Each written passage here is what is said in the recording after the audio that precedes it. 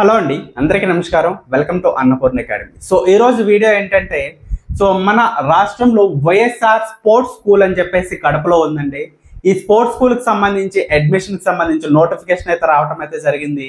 So ఈ వీడియోలో క్లియర్గా మీకు దీని గురించి ఎక్స్ప్లెయిన్ చేస్తాను. స్కిప్ చేయకుండా చూడండి.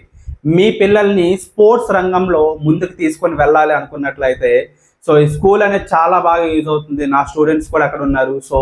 నేషనల్ లెవెల్లో వెళ్ళటం అయితే జరిగింది. వాలీబాల్ ప్లేయర్గా ఒక స్టూడెంట్ అయితే మీ పిల్లలు కూడా అలా national level at the same time international లెవెల్లో స్పోర్ట్స్లో మీ పిల్లల్ని ముందుకు తీసుకొని వెళ్ళాలని మీకు ఆశ ఉన్నట్లయితే స్కిప్ చేయకుండా వీడియో చూడండి. కంప్లీట్గా ఇన్ఫర్మేషన్ అయితే ఉంటుంది.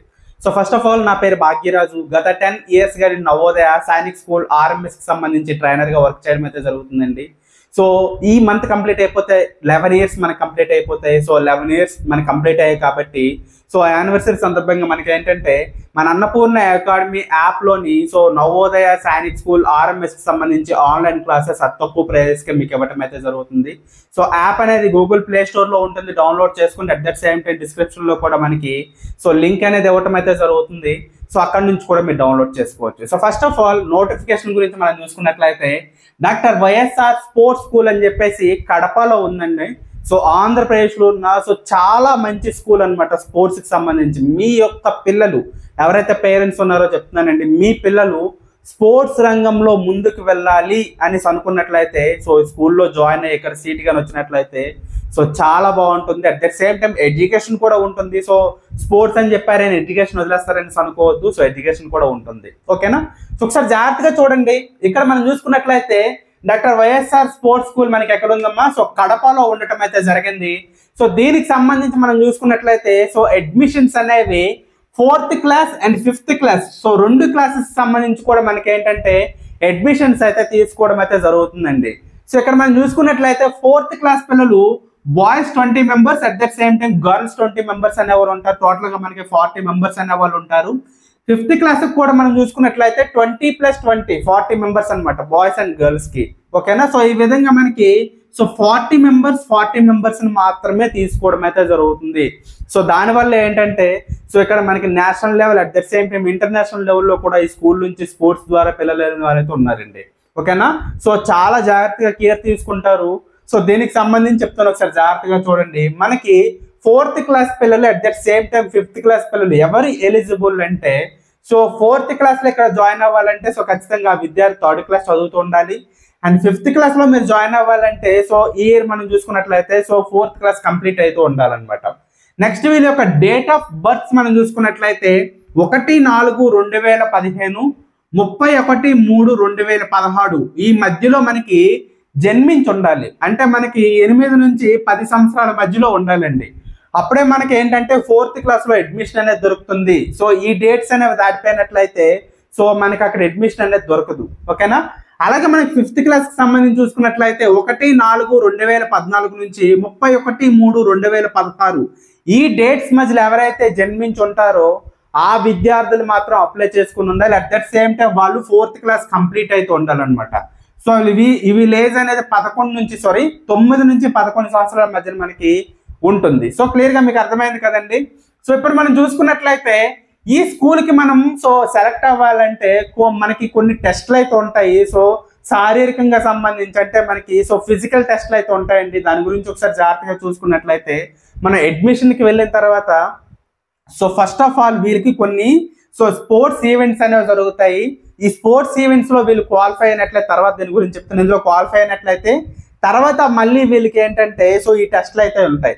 ఇవి క్వాలిఫై అయ్యారంటే ఈజీగా అయిపోతారు. జాగ్రత్తగా మనం చూసినట్లయితే 30 meters స్ప్రింట్ అనేది ఉంటుంది. చేయాల్సి ఉంటుంది. స్టాండింగ్ లాంగ్ జంప్ అంటే ఉన్న చోట నుంచే మనం జంప్ చేయాలన్నమాట, ఇది ఒకటి ఉంటుంది. 1 kg మెడిసిన్ బాల్ త్రో అనేది ఉంటుంది. బాల్ ని 1 kg బాల్ ని విసరాలన్నమాట. నెక్స్ట్ మనం చూసుకున్నట్లయితే 6 × 10 meters సెటిల్ రన్ అనేది ఉంటుందండి. ఓకేనా? సెటిల్ రన్ అనేది ఉండటం జరుగుతుంది అనమాట. అండ్ నెక్స్ట్ మనం చూసుకున్నట్లయితే ఫార్వర్డ్ బెండ్ అండ్ రీచ్ అనేది ఇంకోటి ఉండటం అయితే జరుగుతుంది. అండ్ ఫైనల్ ఇవన్నీ అయిపోయిన తర్వాత 600 meters రన్నింగ్ అనేది ఉండటం అయితే జరుగుతుంది. ఇక టైం లిమిట్స్ కానీ ఏమి కూడా వాళ్ళు ప్రొవైడ్ చేయలేదు. ఎవరు ముందుగా వచ్చినట్లయితే వాళ్ళు తీసుకోవడం అయితే జరుగుతుంది. అయితే ఇక్కడ అప్లై చేసుకున్న పిల్లలు మనకి ఆన్లైన్ త్రూ మీరు అప్లై చేసుకోవచ్చు. కింద నేను డిస్క్రిప్షన్ లింక్ అనేది ఇస్తాను. సో అక్కడ నుంచి మీరు అప్లై చేసుకునే అవకాశం అనేది ఉంటుంది. అయితే అప్లై చేసుకున్న తర్వాత సో ఏ పిల్లలు మనకి ఎలిజిబుల్ అవుతారు ఒకసారి జాగ్రత్తగా చూసినట్లయితే ఇక్కడ మనకి డిస్ట్రిక్ట్ లెవెల్ అండ్ స్టేట్ లెవెల్లో మనకి స్పోర్ట్స్ ఈవెంట్స్ అనేవి జరగటం అయితే జరుగుతుంది స్కూల్కి సంబంధించి. సో ఇక్కడ మనం చూసుకున్నట్లయితే వాళ్ళకి ఏంటంటే అప్లై చేసుకున్న విద్యార్థులకి సో డేట్స్ అనేవి ఇవ్వటం అయితే జరుగుతుంది. సో ఆ డేట్స్ని బట్టి మనం వెళ్ళాల్సి అనేది ఉంటుంది అనమాట. అక్కడ మనకి స్పోర్ట్స్ ఈవెంట్స్ అనేవి జరుగుతాయి. సో ఇవి మనకి డిస్ట్రిక్ట్ లెవెల్లో ఈవెంట్స్ అనేవి ఉంటాయి. At the same time state level events అనేవి ఉంటాయి. సో మిమ్మల్ని డివైడ్ చేయడం అయితే జరుగుతుంది. సో ఈ డేట్స్ ఏవైతే ఉంటాయి ఈ డేట్స్లోనే మిమ్మల్ని వాళ్ళు పిలవటం అయితే జరుగుతుందండి. సో ఫస్ట్ ఆఫ్ ఆల్ మనం చూసుకున్నట్లయితే ఫస్ట్ ఈవెంట్ మనకి 1/7/2025 నుంచి 3/7/2025 అంటే 1వ తేదీ 2వ తేదీ 3వ తేదీ 7 నెలల్లో మనకి మంత్ స్టార్టింగ్ లోనే సో డిస్ట్రిక్ట్ లెవెల్లో మనకి కాంపిటీషన్స్ అనేవి స్కూల్ గ్రౌండ్ లోనే మనకి జరుగుతుంది. సో ఎవరైతే పిల్లలు అప్లై చేసుకుంటారో వాళ్ళకి.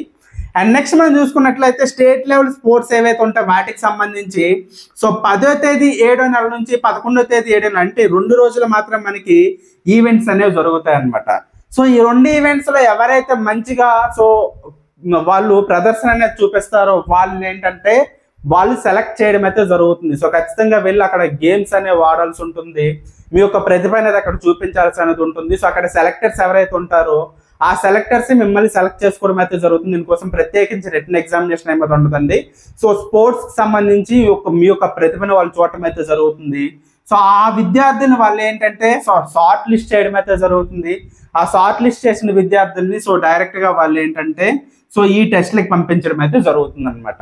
ఓకేనా. సో క్లియర్ గా మీకు అర్థమైంది కదండి.